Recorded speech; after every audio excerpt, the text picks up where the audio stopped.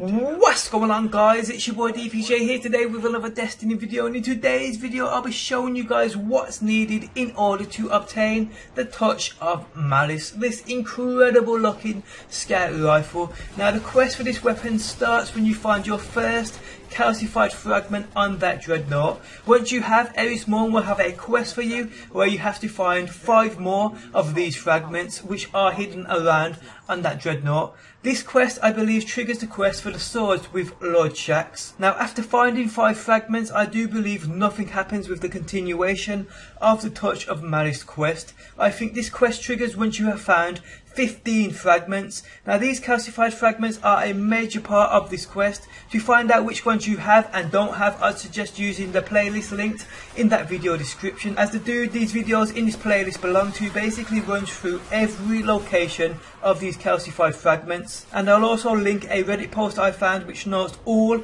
individual fragments and the information on them. It was these 2 things I used to help find the ones I had missing. Now once 15 fragments have been obtained, Oryx will have a quest for you called Hunger Pangs. This quest requires you to defeat the taken Centurion at the bottom of the salt mine in the bunker War 14. Once you have done this, the next step in this quest involves the raid. The quest is called the Old Hunger, which only triggers with Oryx once you have loaded into the raid. So I suggest you load into the raid, back out, go see Oryx, pick up the quest and load back into the raid to continue the quest. Also, fragments needed for the quest are located in the raid, so use the links in the video description to locate them. Otherwise, you'll have to run half the raid again just to find these fragments. So you have the next quest line when you loaded out of the raid and back in. So what's next?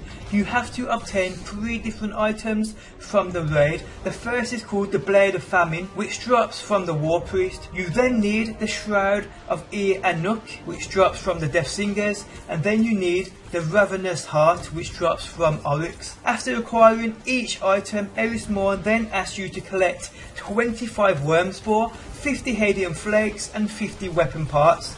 Now I have a great Hadium flake farming spot which I'll link in the video description if you guys do need them Hadium flakes. What's not stated in this part of the quest though is you'll need to collect or have collected 30 fragments for this quest to continue. Once you've done this, head back to Oryx and the quest continues. Next you have to do the Undying Mine strike. Now what happens here is, in the main fight against the Undying Mine, once his health is at a certain percentage, Morgath the Lawkeeper, which is the target you need to destroy, spawns to the right of the room.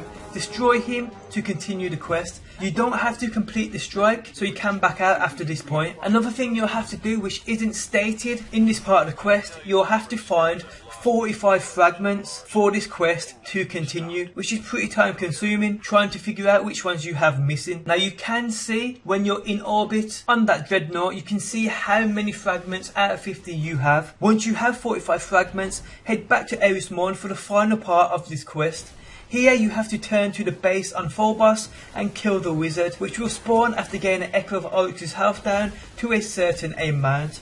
I would suggest getting a few friends to help you here, as this can be pretty hard. But once you have killed the wizard, you can back out and head back to Oryx. What you'll have waiting for you is the Touch of Malice, which is this insane looking exotic scout rifle, probably the most unique looking weapon in the game to date. You can see it offers 310 attack, it requires you to be a level 30 to wield it, and it has some pretty insane perks. The first perk is called the Touch of Malice. The final round of the magazine regenerates and deals bonus damage at the cost of the wielder's life force, which is a really interesting perk. It has Eye of the Storm. The weapon becomes more accurate as your health gets lower, and then it has Touch of Mercy. 3 rapid kills with this weapon will return a portion of the wielder's health. Now looking further into that Touch of Malice perk, basically the last bullet goes on forever, but each shot takes down a portion of your health. How much you'll see here. Now in PvE, the last bullet deals double the damage, but in PvP, it deals like more of a 50% increase. Now with the Touch of Malice's last bullet, on full health you can fire it 32 times before you die on the 33rd, but obviously an increase in armor may give you an extra few shots. The Eye of the Storm perk works reasonably well, but in my opinion, not as great as it should do. Now the Touch of Mercy perk is great when you're letting rip on a group of enemies. And although it says you need to land 3 rapid kills, it ain't as rapid as you may think. Now, after using the Touch of Malice for about 5 hours, I think it's a great all-round weapon. I'm curious to see how this thing works against Oryx when you're in that aura of immortality, and I'm sure to find out next week. Also as well, this weapon is full auto, which it doesn't state. Secret perk confirmed, you heard it here first. Another thing I thought I'd drop in, the 3 items obtained from the raid: